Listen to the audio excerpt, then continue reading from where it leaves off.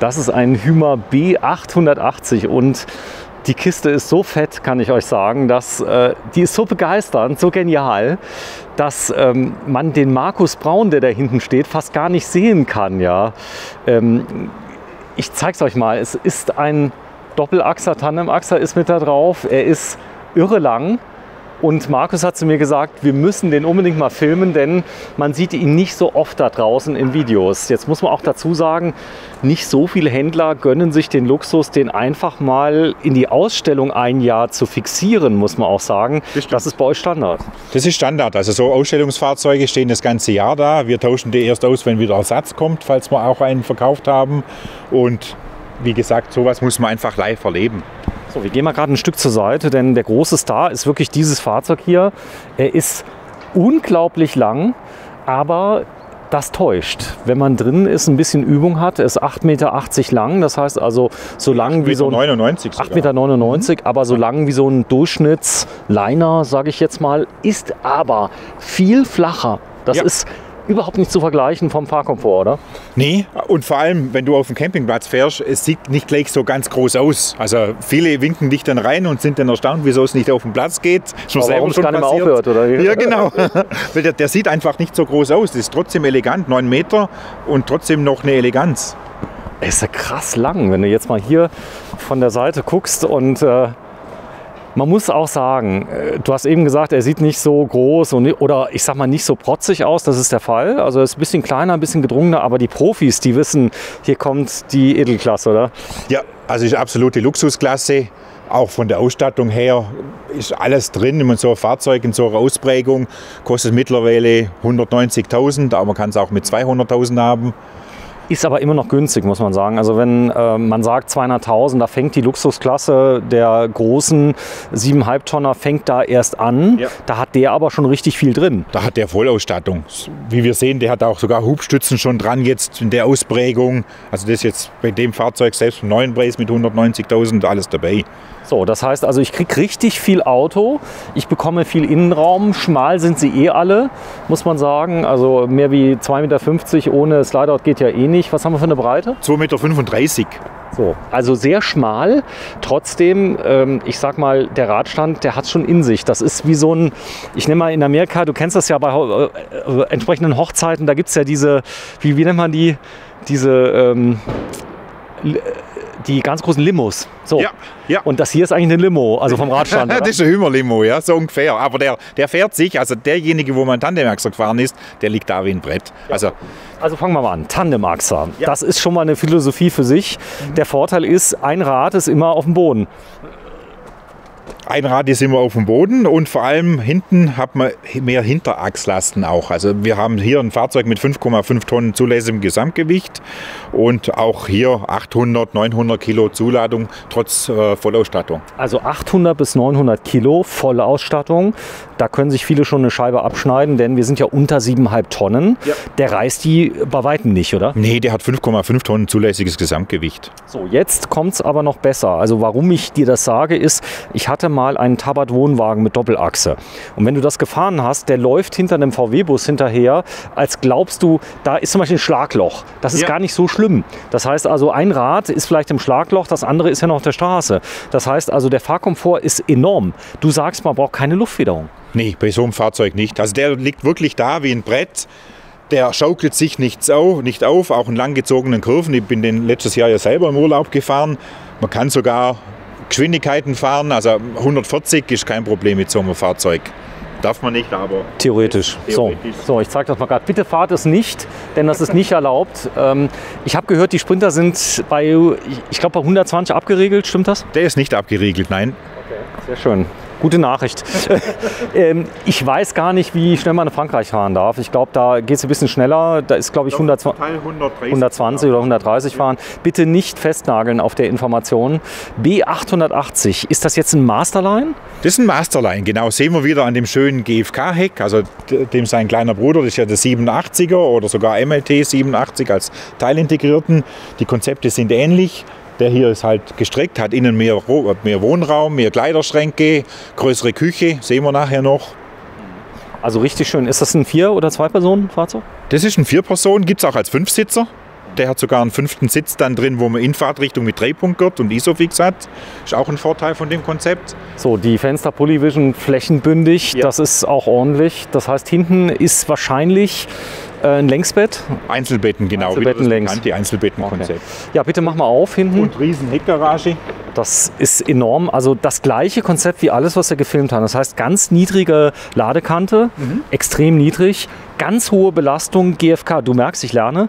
Ja. Da hinten ist eine GFK-Schale drin. Das heißt, eine enorme Stabilität. Ja, genau. Und drüber hat er noch den Riffelblechboden jetzt auch.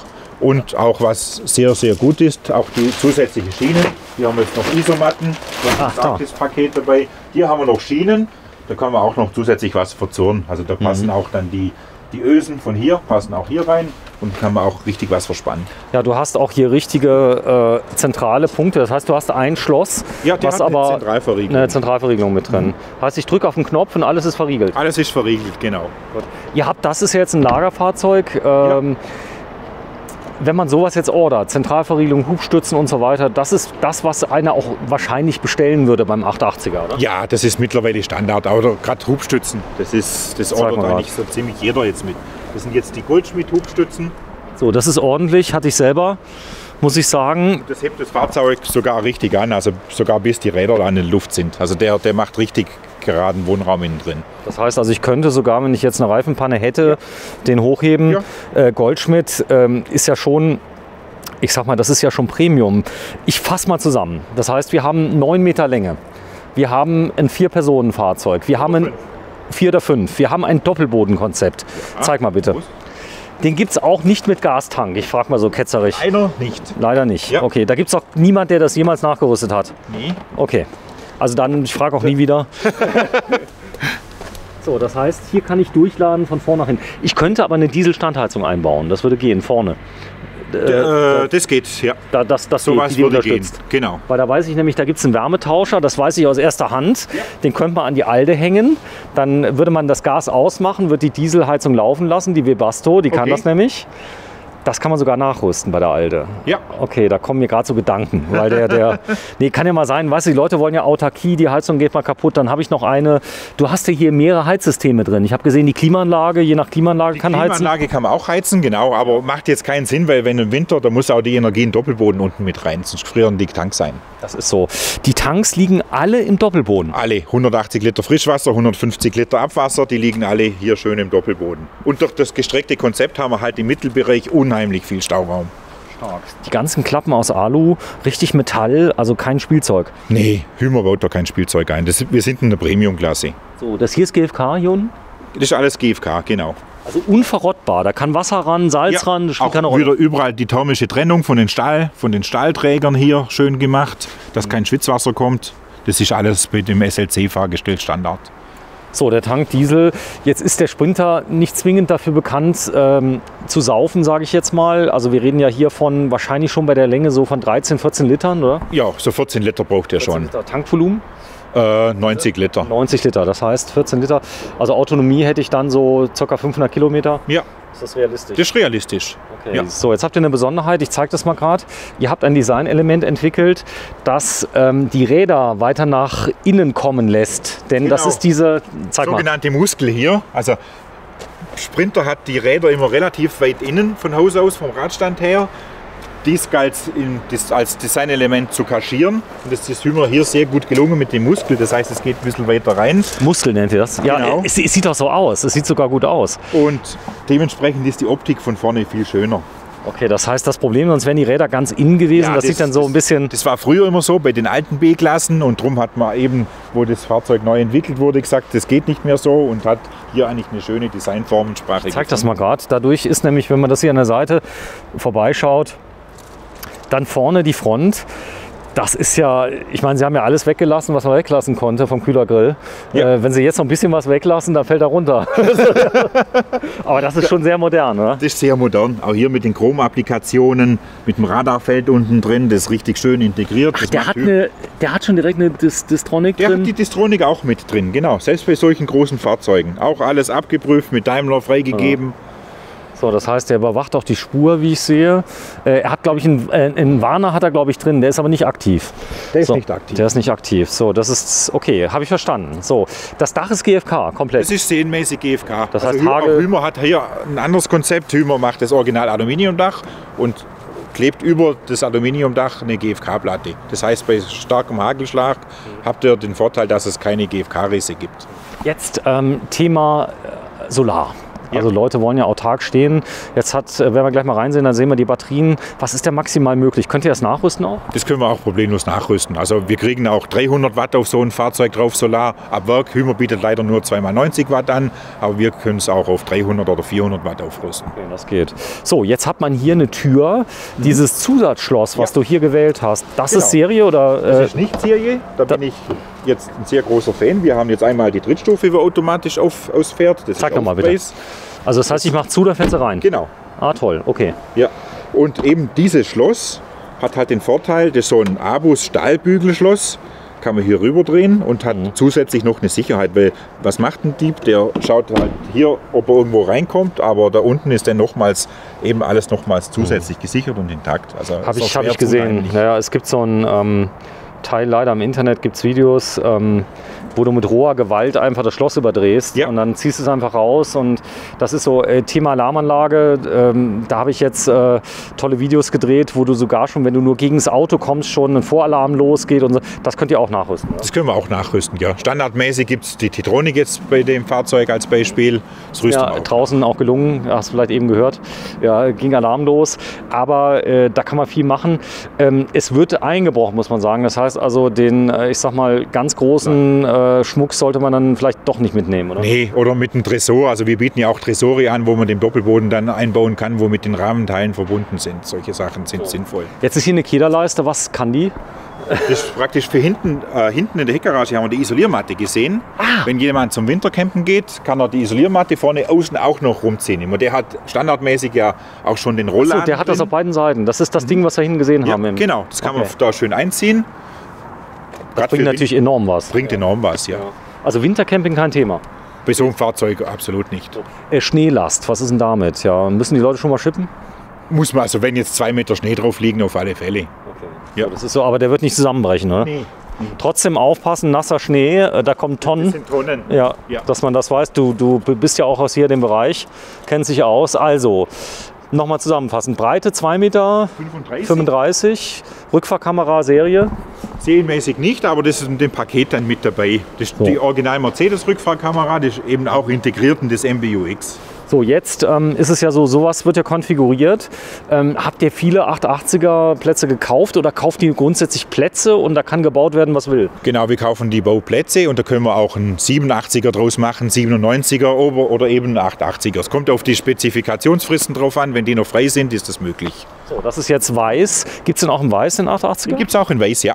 Weiß mit schwarzen Felgen, schaut übrigens auch sehr schön aus. Ist das... ich sag mal, Silber, sagen die Leute, ja, ist ja fast weiß, stimmt nicht. Das wird ja ein gutes Stück wärmer, muss man sagen. Merkt man das? Das merkt man schon innen ein bisschen, ja. Okay, das heißt also, wenn man das Dach wieder weiß ist, oben die GFK-Platte, das ist weiß, ja. Okay. Gut, wenn ich das aus dem Grund, dass es nicht so aufheizt. Okay, also es sieht aber sauschick aus. Also es ist Silber. Ich glaube, das ist auch ein richtiges Erkennungsmerkmal der Hümer-Serie, dass sie eben Silber sind, oder? Ja, genau. Okay. Macht es einfach hochwertiger.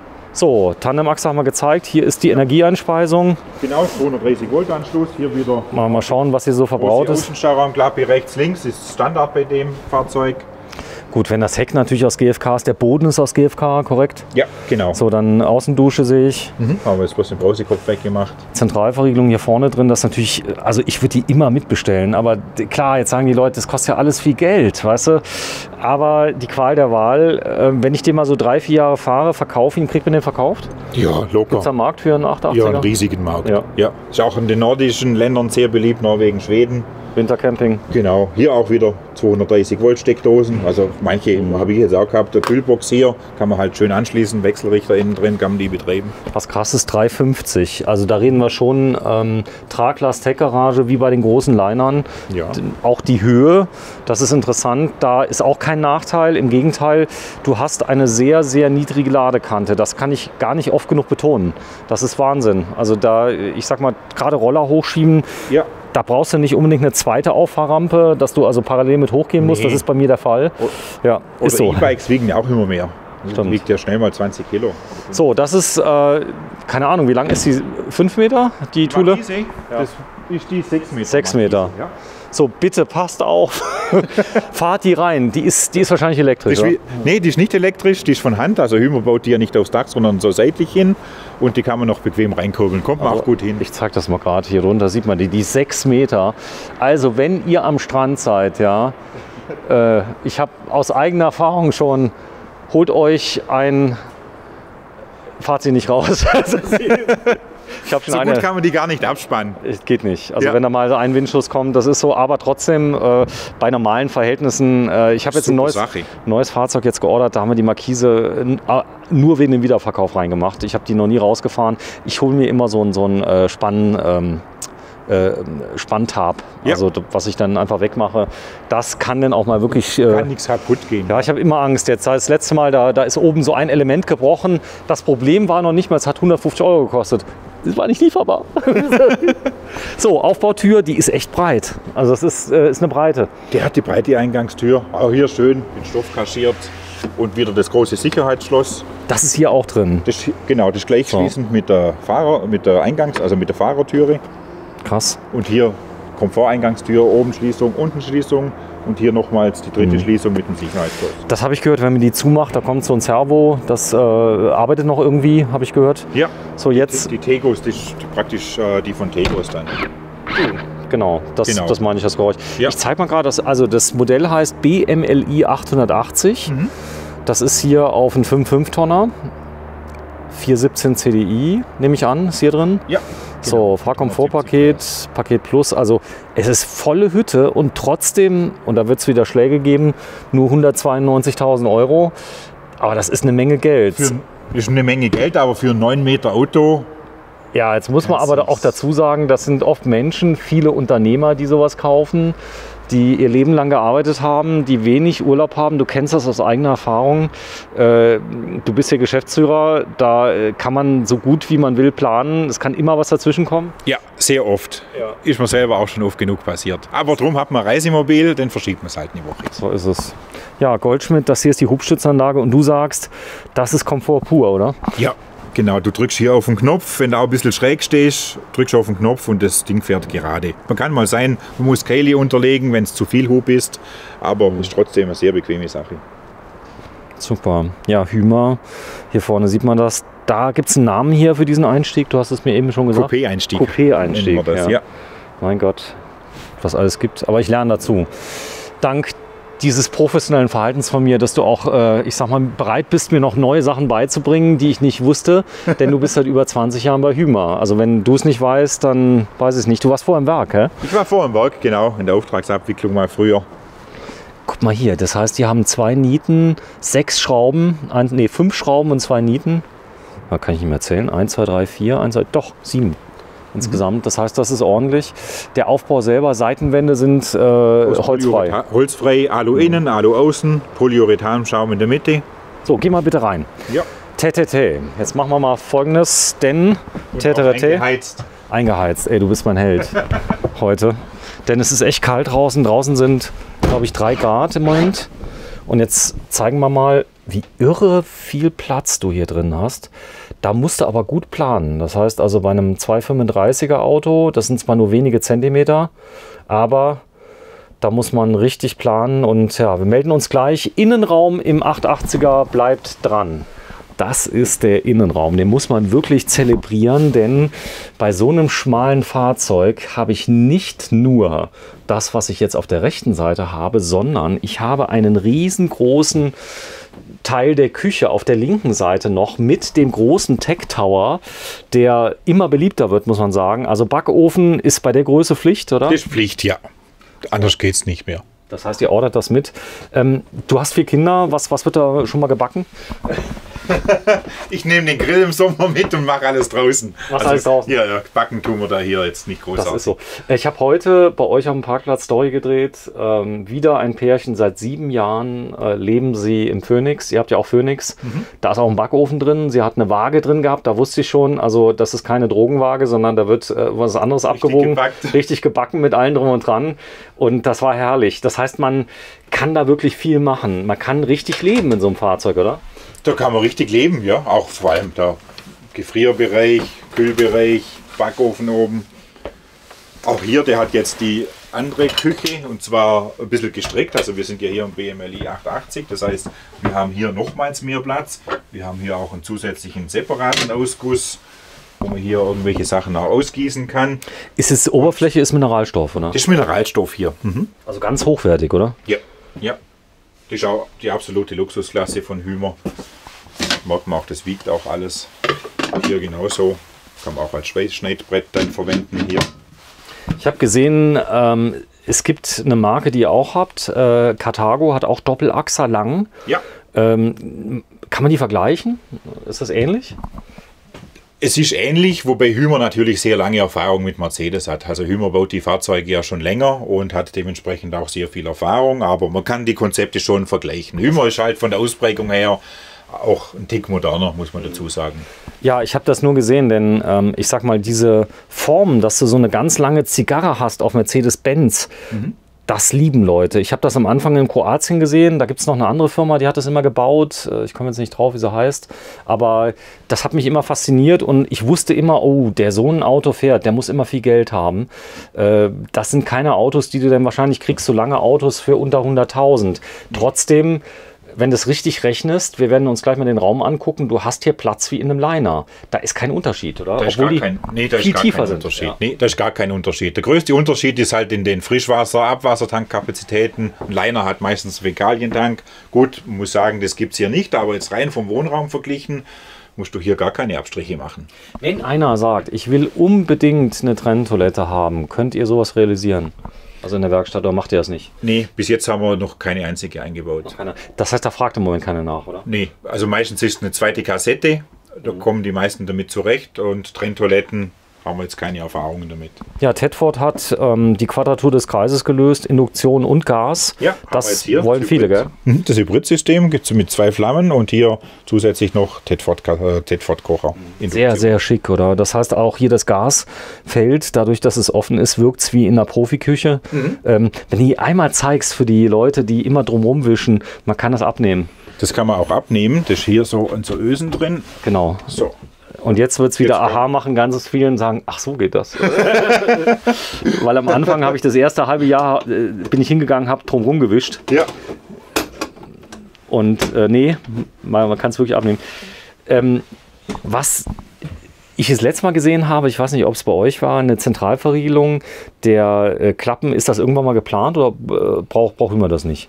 Geplant ist es bei Hümer nicht, nee. Also ob man es braucht oder nicht, klar ist schön, wenn alles verschlossen ist, aber wir haben hier einzeln Servo-Soft. Ich glaube, es gibt nichts Schlimmeres, wie wenn du die nicht aufkriegst. Ja, der Strom ist nicht da. Ja, das kann alles passieren. Das hier funktioniert halt immer. Manchmal ist weniger Technik auch oft besser. Apotheker, zwei Stück. Apotheker parallel, sehr schön. Ein kleiner und großer. Was mir auffällt ist, dass ihr immer noch mal zusätzlichen Magnet dran habt bei wichtigen Sachen. Das heißt, wenn sie geöffnet sind, dass wenn das Auto ein bisschen schräg steht, dass es nicht gleich entgegenkommt, oder? Ja, genau. Ja. Also man muss schon ein bisschen anziehen, dass es aufgeht. Hier genauso. Formschließend, richtig auch mit Metallschließer. Hümer auch sehr wichtig. Und immer auch die Logik, dass unten immer eine große Schublade ist. Manche möchten auch vielleicht eine Essigflasche oder sowas reinstellen. Und dann hier wieder die kleinen Schubladen. Hier genauso haben wir unten immer eine große Schublade. Ist das groß? Ja, das 15. Ist groß, auch für Töpfe und so weiter. Hier genauso, auch richtig tief. Hier haben wir die Gasabsparhähne für den Innenraum. Fernseher ist hier, gell? Fernseher ist wieder hier. Das habe ich nämlich das letzte Mal gesehen. In der Baureihe BMLi immer. So 32 Zoll, sogar richtig schön. Also wenn du jetzt hier liegst, du hast dich beim letzten da mal hingelegt, dass man mal sehen konnte. Ach, ein Hubbett ist auch noch drin. Hubbett ist auch mit drin. Den gibt es jetzt alternativ mit Bugstauschränken oder mit Hubbett und ausziehbaren Elementen. Das hat er jetzt nicht. Das heißt, wir können es mal zeigen, wie das Hubbett ausschaut.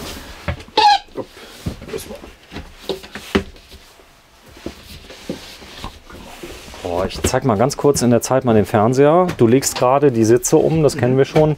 Der ist richtig groß und obendrauf hier übrigens ist eine Glasplatte drauf, sodass man, wenn man da was abstellt, auch wirklich prima reinigen kann. Ja. Das Hubbett ist wahrscheinlich mechanisch, ja genau. Das ist mechanisch, gibt es aber auch elektrisch.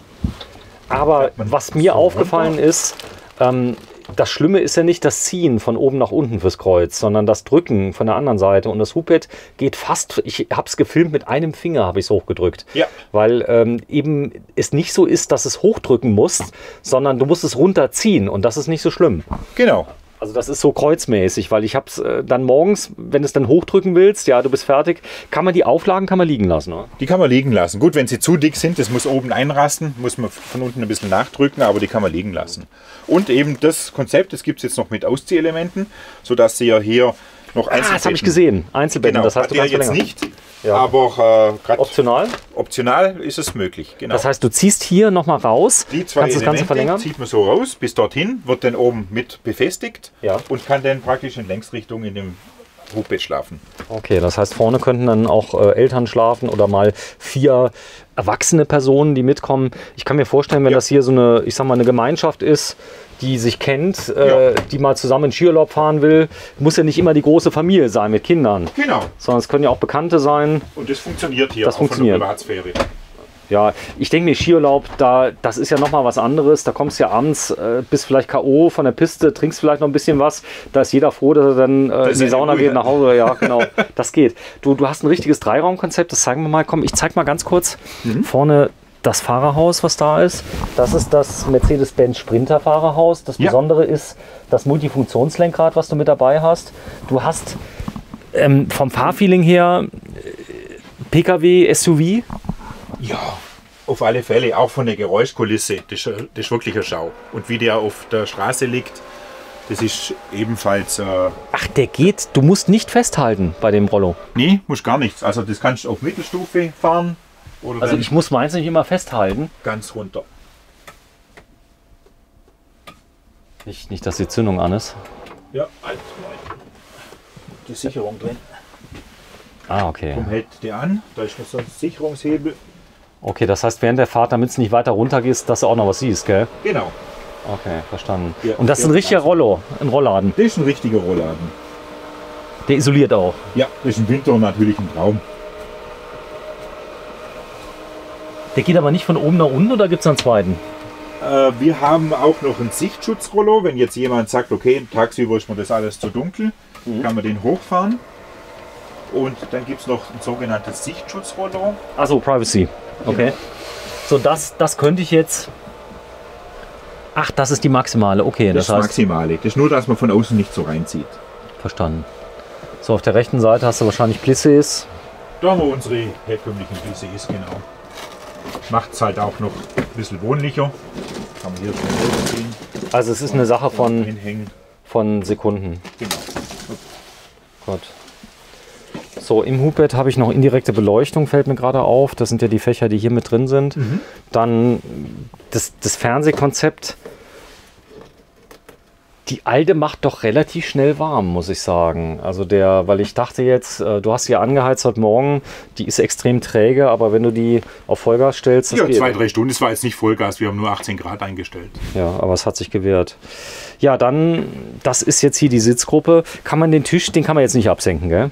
Den kann man nicht absenken. Wird es aber auch noch geben. Aber Optional. dieser Tisch, da haben wir jetzt den festen Tischfuß. Was es gibt, optional hier einen 5. Sitzplatz, hat der jetzt nicht drin. Da ist Stauraum. Wenn jemand einen 5. Sitzplatz braucht. Ist das so, dass man den Stauraum von außen beladen kann? Nee, Den? der ist nur von innen beladbar. Der ist von innen beladbar. Genau. Und unten natürlich wieder ganz bewährt die Technik. Hier die ganze Sicherungskasten. Ach, das ist der Wärmetauscher von der Alte. Genau, Wärmetauscher einmal, Sicherungskasten.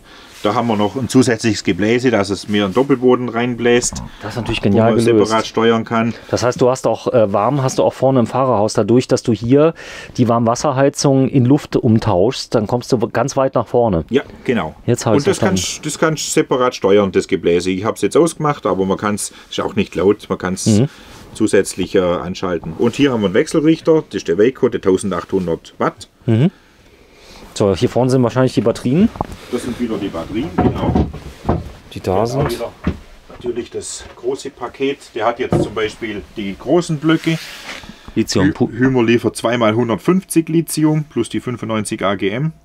Boah, das langt aber schon dann, ne? Ja, genau. Und das gepaart mit Solaranlage, da kommst du richtig weit. Okay. Zeig noch mal kurz den Schuhschrank, wenn wir gerade dabei sind. Denn der lässt sich nämlich optimal bedienen von dem Platz da. Ja. Und das ist so von der Anwendung ziemlich cool.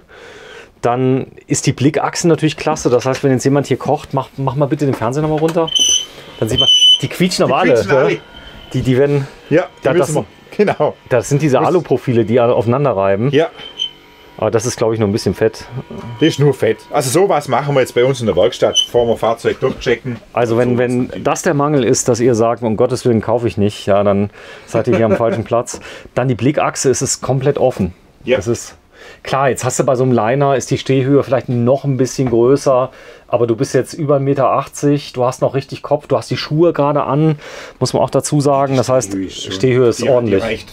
Die reicht aus. Okay, verstanden. Ja. Dann hier diese Klappe hier, geht es denn noch breiter? Jetzt mal ehrlich. Die Breiter ja, geht es nicht mehr, aber sie untergeteilt in drei Schichten. Hier. Das sieht aber unglaublich schick aus, dadurch, dass sie so breit ist. Ja, genau. Da vorne hast du die Technik drin. Bedienelemente drin.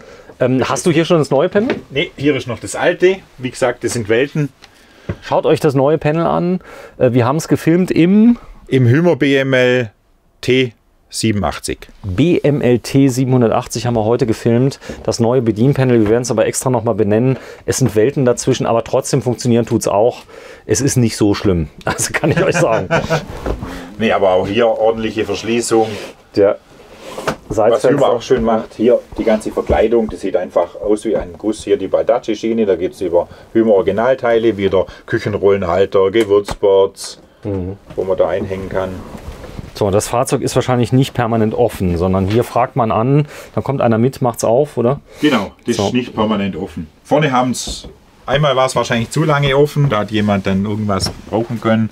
Hier, der Kleiderschrank ist der Griff weg, sowas passiert leider Gottes mal. Und, aber hier haben wir einen großen Kleiderschrank, hier haben wir einen großen Kleiderschrank. Einen Schritt zurück, wir sind nämlich schon im Bad.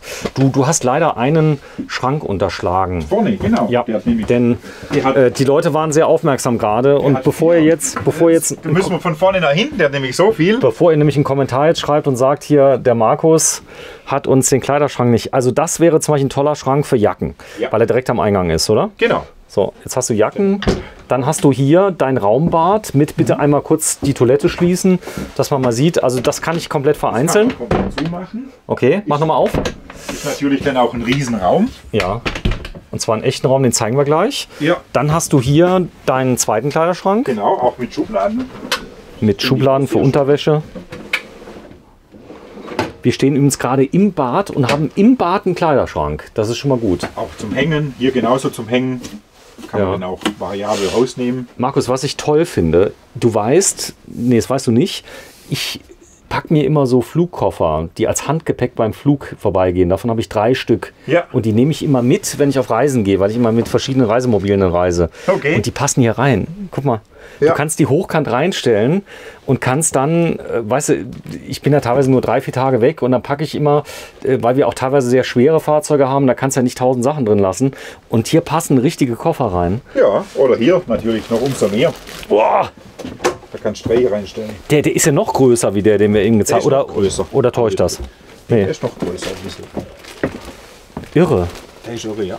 Darf man da draufsteigen oder ist der Boden nicht belastbar? Nee, also belastbar ist er nicht. Zum Draufsteigen ist er nicht. Das ist ein dünnes Brett, wo dann natürlich kaschiert ist unten. Geht da nicht drauf, bitte. Auch wenn ihr das Fahrzeug jetzt seht. So, aber okay. eben ein riesen Kleiderschrank zum Reinhängen, ist irre. So. Links noch das Wäschefach auch noch nebendran. Du sitzt gerade auf dem Bett. Das werden wir gleich mal zeigen, also weil das konnte die Kamera jetzt nicht einfangen. Das ist der Schrank hier unten drunter. Dann hast du hier noch ein kleines Fach. Warte, ich mach mal hoch. Nee, das ist da ist die Treppe runter. Ja, das zeigen wir gleich. So, Längsbetten, die haben wir hier. Das bedeutet, wir haben einen Liegekomfort mit über 2 Metern Bettlänge. Ja, 2,5 Meter, genau. So, und da bist du gerade drauf. Hier sind jetzt Folien drauf, wenn du dich mal gerade hinlegst. Sei mal gerade so nett, auf der Folie ist nicht so schlimm. So, zweimal. Das mit der Heizung, das macht ein ganz anderes Reisemobil draus. Ja klar, wenn die Heizung läuft. Fahrzeug. läuft nämlich gerade die Heizung. Wir haben da keine. hinten ist noch richtig viel Platz. Das ist ja klasse. Normalerweise sage ich den Leuten immer bei den Reisemobilen, legt euch nicht nur gerade hin, so liegt doch keiner. Ja.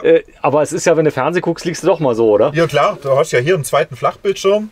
Ja. Auch mit der schönen Schiebetür, wo man richtig zumachen kann. Die ist von oben nach unten. Das müssen wir auch noch zeigen. Zeigen wir gleich. Ja. So, und dann hast du wirklich viel Platz. Auf der anderen Seite hast du genauso viel Platz. Denn das sind nur wenige Zentimeter weniger. Genau. Es gibt eigene Bezüge hier für diese speziellen Matratzen, die haben ja doch eine besondere Form und es gibt was ganz Tolles. Hier gibt es eine Einlage, dass du daraus jetzt hier dein Raumbett machen kannst. Ja, das haben wir jetzt, muss ich schauen, wo das ist. Da ist sie. Und der Markus hat mir eben was gezeigt, liebe Hümer-Freunde. Denn ich habe in Mathe nämlich nicht aufgepasst. Der Eingangswinkel ist nämlich der Ausgangswinkel. Und man kann sie sowohl benutzen. Ich bin so glücklich, dass du mir hilfst. Das kann ich normal mit einer Hand nie zeigen. Du hast nämlich hier diese Platte hier, die normalerweise hier reinkommt als Verlängerung. Ja, die kann ich auch nutzen, um hier Getränke abzustellen zum Beispiel. Oder jetzt eine Tüte Chips. Ja, genau. Also zum Fernsehschauen, schönes Glas Wein, funktioniert hier alles. Tür. So, jetzt gibt es eine Tür. Wir deuten das mal ganz kurz an. Mach mal ein bisschen an. Ja, das heißt, die kann ich zumachen auf beiden Seiten. Ja. Spiegel auf der anderen Seite? Genau, die kannst du, nee, Spiegel ist keiner drin, Okay. aber kannst du komplett zumachen. Kannst du mal zumachen. So, jetzt zeige ich dich mal. Also, hier kann ich zumachen, habe mein Raumbad, kann es offen lassen. Mal bitte die Toilettentür schließen. Habe jetzt ein komplettes Bad mit Toilette. Mit einzelner Toilette. Das heißt, ich kann mein Geschäft auch solo machen, was ganz gut ist. Genau, kannst du zumachen. Kannst du, wenn du mal bitte in die Toilette reingehst, Ja. du bist ja ein großer Mann, dich mal draufsetzt. Ja. Ich kann schließen und kann bei geschlossener Tür mein Geschäft machen. Ja, funktioniert. Okay. Hier haben wir auch einen schönen Heizkörper, wo man auch ein Handtuch mal hinhängen kann zum Trocknen. Oben drüber ein Schrank. Und auch die Keramik, also Ja. das ist jetzt die Variante mit Keramiktoilette. Okay.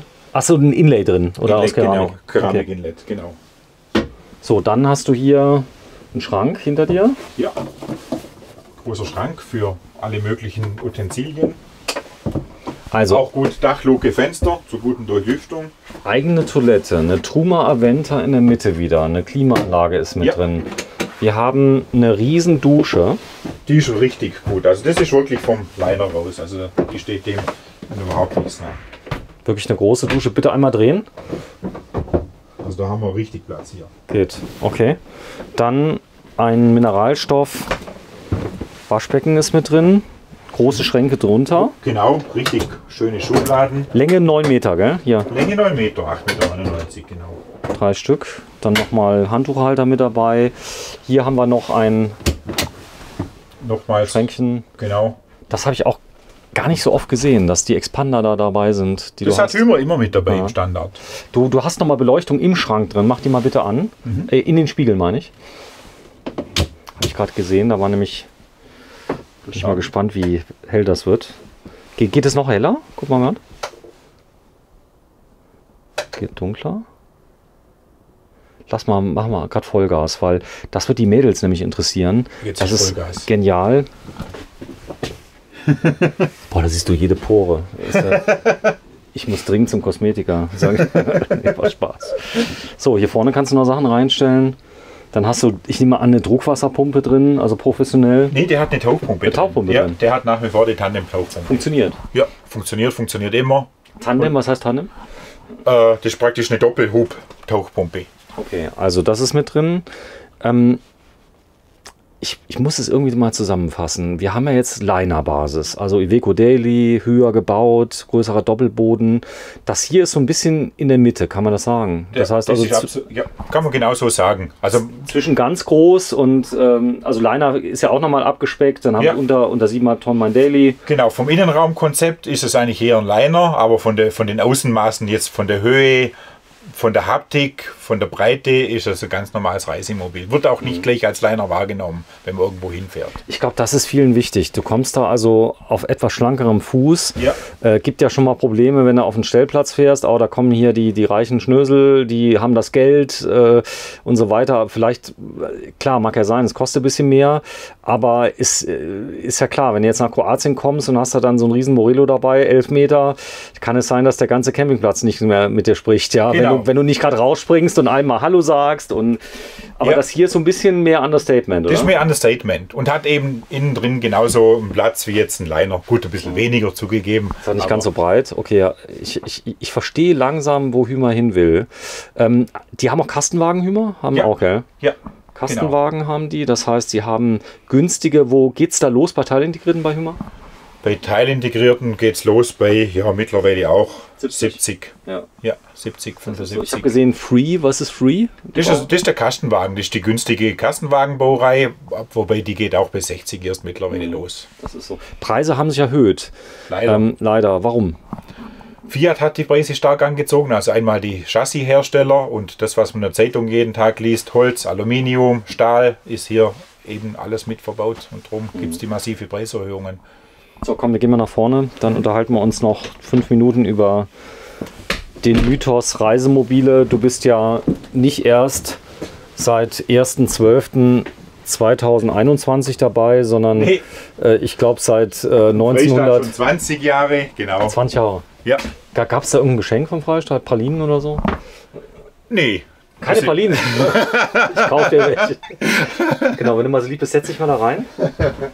Hubstützenanlage, das habe ich geschnallt. Das heißt, du kriegst die Kiste gerade. Du hast... es ist schon angenehm. Hat was, ja.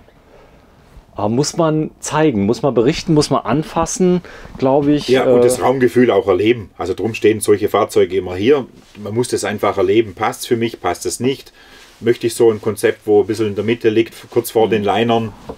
So, zeig mal gerade, hier ist ein Prospekt Bruckmeier. Bruckmeier, genau, das ist unsere Fahrschule. Der macht praktisch mit unserem Hymer, mit unserem Freistaat Fahrschulauto. Da steht C1 in 6 Tagen. Genau. Ja. Das geht. Das geht. Machen das Leute schon mal? Ja, machen schon. Ja. Ja. Ist das hier in der Nähe, oder? Das ist in München drin, genau. Okay. Das heißt, also wenn einer mit dem Reisemobil kommt, zum Beispiel hierher, dann kann er es auch hier vor Ort machen. Ich nehme an, die Voraussetzung ist ein B dann, oder ist das? Ja, ist ein B. Ich muss ein B haben. Ja. Es geht also nur C1, direkt geht nicht. Nee. Okay, verstanden. So, das heißt, ich sitze denn hier, aber hier so Fahrerhaus, Schwingsitze, Luftdruck. Das gibt's nicht. Also, das ist die andere Baureihe dann, nehme ich an, oder? Ja. So, dann oder halt so Features wie, was haben die noch so gerne? Vollluftfederung, 4-Kanal, brauchen wir auch nicht hier. Nee. Das gibt es auch auf Werk alles jetzt nicht. Also da wäre aber, wenn ich jetzt nicht gerade, wenn ich ein langes Luxusfahrzeug haben möchte und nicht die 7,5 Tonnen reißen will, weil da bin ich ja bei den Linern schnell dabei, weil du hast ja eben erwähnt, 300 Liter Wassertank, 300 Liter Abwassertank, das und so weiter, dann fahre ich hiermit richtig. 1 Tonne Zuladung, hat der hier fast 1 Tonne, trotz der Ausstattung. Trotz der Ausstattung, ja. Mit 5,5. Hymer hat eben das SLC-Fahrgestell. Hymer baut immer auf Leichtbau. Also das ist einfach Kernkompetenz von Hymer und darum kriegen wir auch hier 800.000, 900.000 Kilo je nach Ausstattung, Zuladung noch hin. So, komm, wir gehen raus. Du bist Geschäftsführer von Hymer in Sulzemoos. Ja. Machst das Ganze schon als Geschäftsführer lange jetzt, oder? Auch 20 Jahre, ja. Echt 20 Jahre. Das heißt, du hast das mitgegründet. Sag mal hier diesen Aufbau, dieses Konstrukt Freistaat mit dieser Riesenausstellung, mit diesen 5 Firmen oder 4 Firmen? 5 Firmen, die dran sind. Gibt es das schon lange? Oder? Die Firmen gibt es zum Teil schon seit über 50 Jahren. Wir waren ja früher alle in der Bodenseestraße. Die Bodenseestraße ist zu klein geworden. Aber was ist Bodensee? Ist das so eine bekannte? Drin. In München, das ist so wie praktisch die B1 in Mülheim zum Beispiel, wo sehr viele Karawanen. Ganz viele Reisemobilhändler. Genau, sehr viele Reisemobilhändler. Ja, da muss ich mal hinfahren. Ist das, aber ich sag mal, ihr habt jetzt ja am Anfang, nehme ich an, als ihr in der Bodenseestraße wart, hattet ihr noch keine 26 Marken, oder? Nee, das hat sich erst mit der Zeit entwickelt. Also irgendwann sind wir mit den ganzen Marken, wo dann waren, in den Freistaat gezogen und wir haben auch einige Marken im Freistaat noch aufgenommen in den letzten 20 Jahren und sind halt Stück für Stück gewachsen. Der Name Freistaat ist ja schon recht, ich sag mal so, entsprechend gewöhnungsbedürftig. Ja. Ich fand ihn am Anfang, ich fand ihn kultig, aber ich fand ihn so ein kleines bisschen martialisch, ja, im Freistaat, weißt du, das ist so. Aber ihr seid halt mal in Bayern. Gab es da schon mal irgendwelche Verwechslungen oder gibt es die laufend, dass die Leute sagen, ich will den Freistaat und jemand kennt die Terminologie nicht? Nee, und denkt, am Anfang kamen schon große Fragen, ja, was macht jetzt der Freistaat hier? Oder viele, wo in der Autobahn vorbeigefahren sind, da steht ja groß der Freistaat, was ist jetzt da? Baut Freistaat Bayern hier was? Nee, es passt zur regionalen Situation hier, der Freistaat. Wir sind ja im Oberbayern. Passt. Und Wir sind in Oberbayern. Komm, wir gehen mal raus. Es ist mittlerweile dunkel geworden. Ja. Ihr habt keine Saison mehr, muss man auch dazu sagen. Dein Team ist wie groß bei Hümer? Gut, insgesamt mit Service sind wir über 40 Leute. Nur bei Hümer. Ja, genau. So, und wenn man jetzt mal sieht, was ihr hier allein schon hier auf die Beine gestellt habt, es wird jetzt dunkel, wir hören auch jetzt gleich auf zu drehen. Ihr habt wirklich fast jedes, oder ihr habt jedes Fahrzeug da, oder? Ja, genau. Auch in der Tiefe, in die ganzen Baureihen. Wir haben nicht nur einzelne Fahrzeuge, sondern ganze Baureihen da. Aber es kam noch nie, dass jetzt zum Beispiel Hümer mal gesagt hat, unsere Ausstellung ist nicht so groß, wir haben einen neuen Händlerkollegen, dem wollen wir mal ein paar Fahrzeuge zeigen. Ich nehme die mal mit in den Freistaat. Nee, das kam noch nie. Aber ihr habt wirklich, also es ist eine unglaubliche Bindung, auch eine Kapitalbindung. Ihr habt ja zum Beispiel auch Kabel im Programm, da habt ihr ja nahezu alle Wohnwagen da, oder? Da haben wir sehr viel da. Das ist eben unsere Philosophie und der Freistaat gibt es ja nicht seit gestern erst, sondern das ganze Konstrukt gibt es seit über 40 Jahren und ist halt Stück für Stück gewachsen. Ihr habt einen Stellplatz, den bietet ihr kostenfrei an. Ja. Warum? Als Serviceleistung für unsere Kunden. So, Service ist wichtig. Ja, genau. Ja. Ist so. Das heißt, wenn einer mal steht zum Service, hat mal 2, 3 Tage, das kann ja mal vorkommen. Also es muss auch mal lackiert werden. Ja, auch überregional. Manche kommen auch überregional hierher und nutzen den Stellplatz. Das ist ja auch okay. Wenn das Fahrzeug drin bleiben muss, es wird zum Beispiel lackiert, gibt es hier in der Nähe ein Hotel? Oder? Ja, sowas haben wir auch schon organisiert. Auch da. Genau. So, hier stehen wir. Der BMLI 880. Zum Glück habe ich mein Kopflicht aufgeladen. Und das ist nochmal der Grundriss. 192.215 Euro. Das ist der aktuelle Preis. Du hast einen YouTube-Kanal, der heißt Freistaat TV. Genau, jeden Freitag ein neues Video. So, wir werden dich heute Abend, kannst du gucken bei uns auf der Seite, als angesagter Kanal mal verlinken. Okay, wenn ihr das seht, bitte unbedingt abonnieren, denn das ist ein total klasse Kanal. Ihr habt Zehntausende von Abonnenten. Wie viele habt ihr schon? Ja, 34.000. 31.000, ja. Und das ist ganz, ganz wichtig. Macht mir den Gefallen und Markus hat sich heute so viel Zeit genommen, dass wir Hümer einfach mal zeigen und auch mal das Verständnis für Hümer, für die Marke, die ja ein eigenes Museum hat. Da habe ich einen Film drüber gemacht, ja, das Hümer-Museum, was ja, da genau, ist. Das hat Erwin Hümer damals gebaut und gegründet. Ja, was richtig Tolles. Ja, absolut. Der lebt nicht mehr? Der lebt leider nicht mehr, ja. Okay, da sind wir. Ja, vielen Dank, Markus. Ja, danke Markus dir. Braun vom Freistaat, Abteilung Hümer. Bis zum nächsten Mal. Tschüss. Tschüss.